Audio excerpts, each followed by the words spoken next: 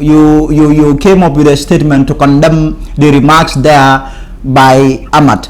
Tell us, put it in a context for you. Why did you decide to react to his comments?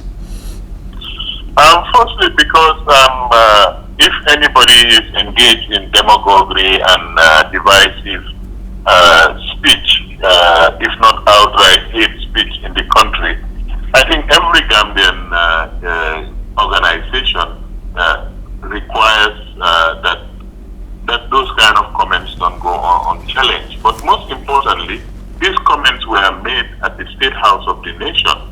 This is a complete non-partisan ground. I mean, it is the politics that Yahya Jammeh left behind that is rearing its ugly head again. I mean, these are things that we want our compatriots to look at very seriously, because, I mean, it seems as if this government is engaged in the same tactics, in the same role play that Yahya Jammeh has inaugurated in the Gambia. When we were going to school, no political activity happens at the State House, and it was even a lot less open than any other institution that you have in the Gambia.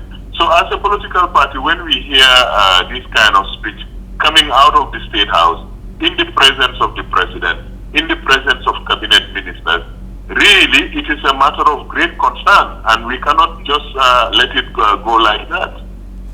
Mr. Taal, do you think, in your opinion, do you think the UDP has the moral authority to, condemn anything that has to do with divisive remarks? We don't only have the moral authority, we have the political responsibility to comment on divisive remarks anywhere in the Gambia and around the world. So, Mr. Taal, do you know the reason why I asked you that question? I mean, I hope we are not doing a puzzle here, Lamin. If you want to ask me questions, it's not a puzzle. The reason why I asked you this is because of this thing that I'm going to play to you. It's a 30-minute video, so you will bear with me and listen carefully. I will play the video to you, and then we'll pick it up from there.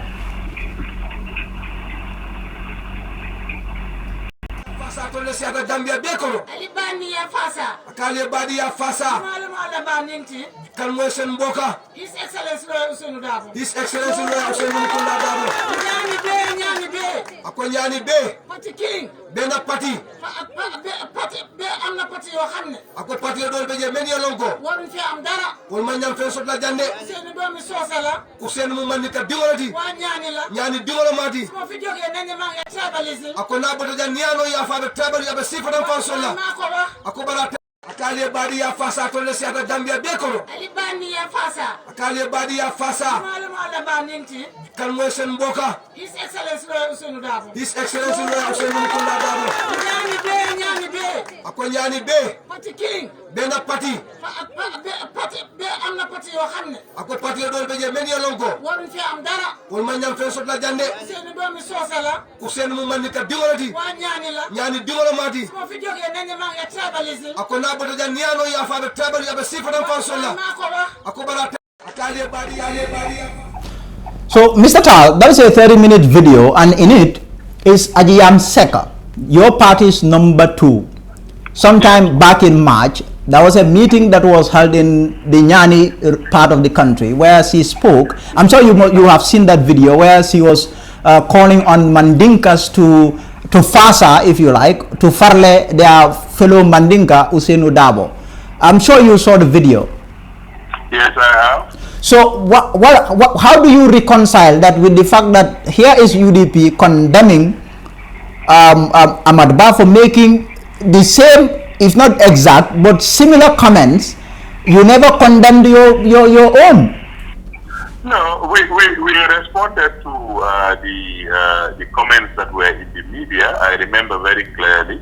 I said, I mean, the language that was used there is very common. You heard it, we hear it a lot. Charity begins at home. Buganala, Sumabobama Leginaldo Nebanala. I mean, those kind of remarks are very different from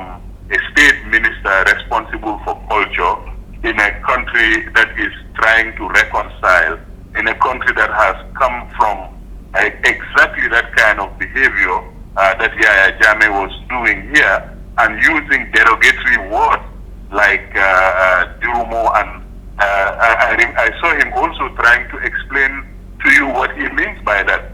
But Lamin, what I'm trying to be very clear about is that if we are going to compare mangoes and bananas, we are going to be caught here in a political context.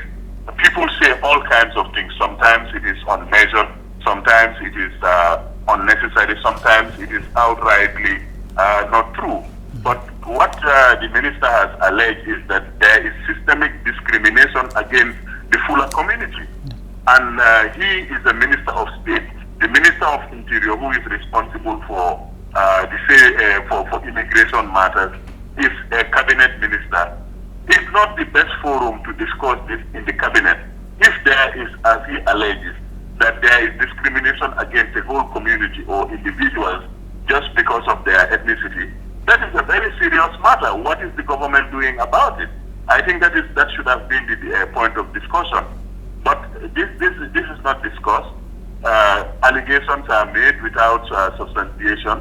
And then the media also comes and asks the UDP to give the moral authority to condemn divisive politics.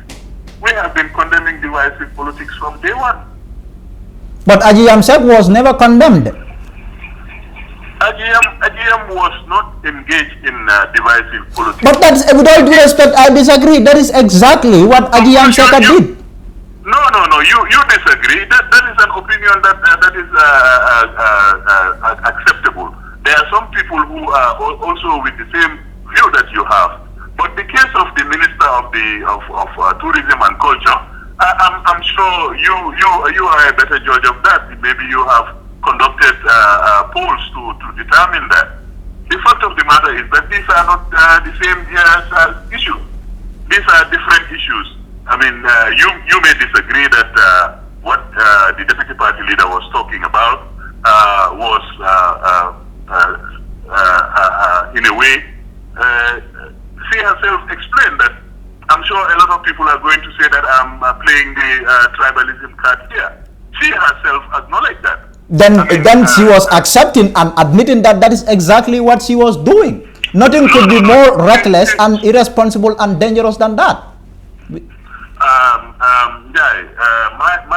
My opinion is that the two situations are not comparable.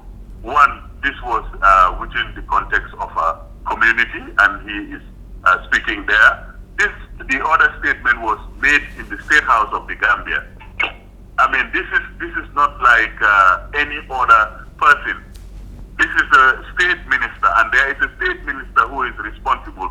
So what I am saying is that if you want to engage in a comparison of that, or make UDP to be some kind of a bogeyman, or to be saying two different things on two different occasions, you are welcome to do that. What is clear to us, and what we have heard from the majority of Gambians, is that this statement on Saturday really is beyond the pale, and this is not the first time that the minister is engaged in this kind of thing. But you know, for me, the reason why I brought this out has to do with the fact that there is what is called consistency in what politicians and political organizations and political groups do, what they say, how they behave as groups, as politicians. That is absolutely important. If you are speaking from both sides of the mouth, then that's a problem. For you to be taken seriously would become a problem, right? Lamin, you are absolutely right to hold politicians accountable and ask them to be consistent. But you have to also respect politicians to make judgment about what they should condemn and what they cannot condemn. That is as simple as it is. I mean, for me, if you tell me that this is you are not being consistent or inconsistent, this may as well be your opinion. It doesn't mean that it is the opinion of the majority of the people that I am speaking for.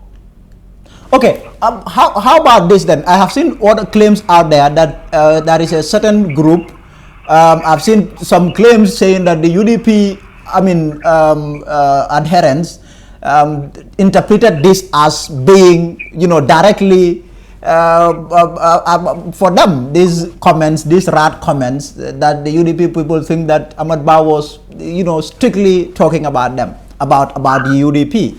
Is that the feeling within the UDP? Well, it's not the feeling within the UDP. Clearly, you can see from our statement, our focus was not on that, even the tribalism element. It is the assumption of state officials of a very dangerous strategy, nowhere but on state-owned property, state grounds, and that is exactly what our statement came out to condemn. That this is a whole government system that is on a daily basis engaged in a politics that we thought we had given our back to. I mean, you cannot go to the State House and talk about things that are not helping this country move forward.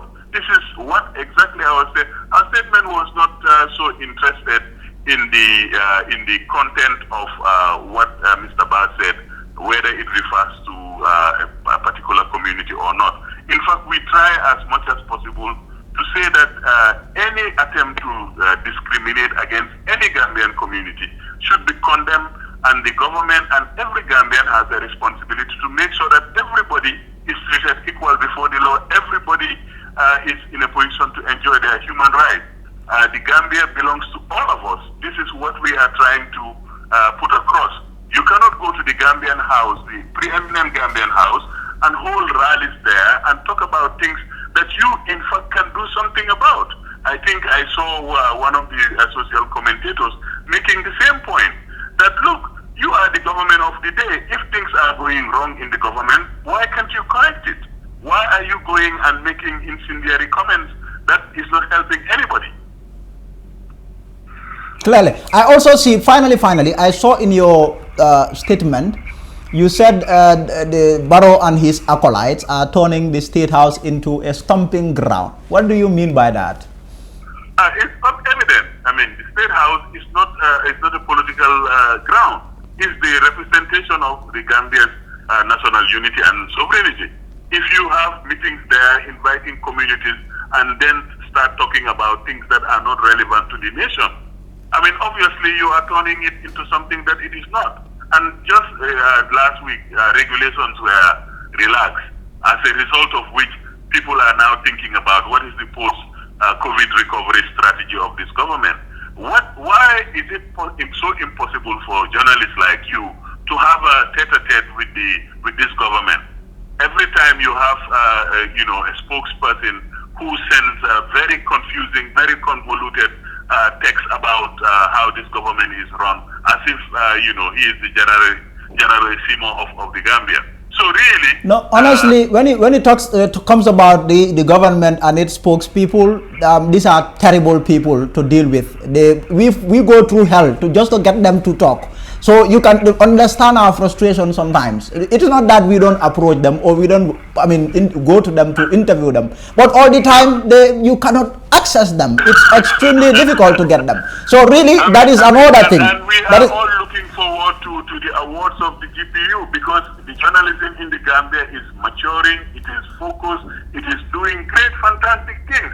People are being now exposed for what they are, the corruption that is within this government. For me, I think these are the issues that needs to be discussed in the cabinet and at the State House, not that there is a tribal group that is suffering this or that is suffering that.